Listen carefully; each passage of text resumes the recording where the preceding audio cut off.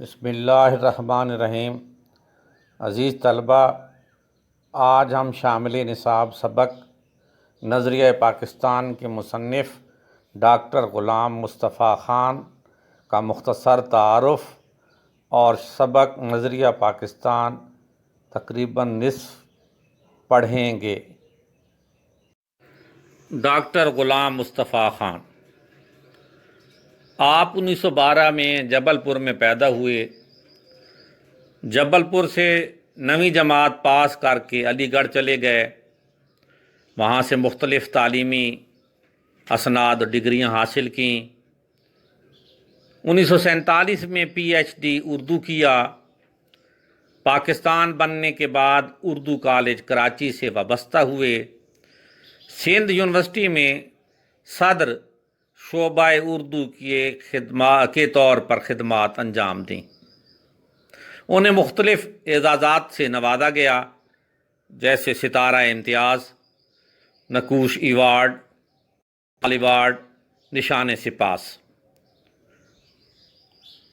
انہوں نے مذہب، پاکستانیت، ادب، تصوف اور اخلاق جیسے موضوعات پر لکھا۔ ان کی تحریریں زیادہ تر معرب و مفرس ہوتی ہیں۔ معرب و مفرس کو سمجھ لیجئے۔ معرب عجمی لفظ جو عربی بنایا گیا ہو، اور مفرس غیر زبان کا لفظ جو فارسی بنا لیا جائے۔ عام قارئین کے لیے لکھے گئے مضامین و کتب کی زبان سادہ، سلیس اور عام فہم ہے، یعنی جلد سمجھ آنے والا۔ یہ ان کے اسلوب بیان کی خوبی بیان کی گئی کہ زبان سادہ، سلیس اور عام فہم ہے۔ انہوں نے اردو، فارسی، عربی اور انگریزی زبانوں میں 100 سے زیادہ کتب تصنیف لکھیں۔ ان کی کتب میں سید حسن غزنوی، حیات اور کارنامے، سراج البیان، اقبال اور قرآن اور تنقید و تحقیق اہم ہیں۔ سبق نظریہ پاکستان کا پہلا نثر پارہ۔ مسلمانوں نے ہمیشہ رواداری کو اپنا شیوا بنایا ہے، لیکن جب کفر و الحاد غلبہ حاصل کرنا چاہتا ہے تو مسلمان اس کے مقابلے کے لیے ڈٹ کر کھڑا ہو جاتا ہے۔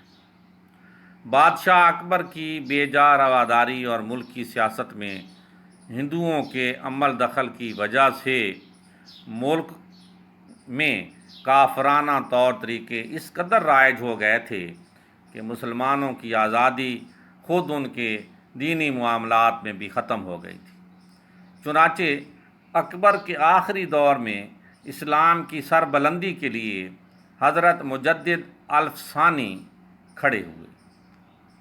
آپ نے جہانگیر کے زمانے میں محض دین کی خاطر قید و بند کی سختیاں جھیلیں اور اسلامی قدروں کو نئے سرے سے فروغ دیا۔ یہاں تک الفاظ میں نہیں اور تھوڑی بہت وضاحت کر لیتے ہیں۔ رواداری، برداشت، فراخ دلی، بردباری، تحمل مزاجی، یہ جو ہم دوسروں کے ساتھ رعایت کا جو رویہ اپناتے ہیں، خاص طور پر اقلیتوں کے ساتھ، تو اس کو رواداری کہا جاتا ہے۔ اسلام ہمیں رواداری کا سبق دیتا ہے۔ شیوا، طریقہ، شعار۔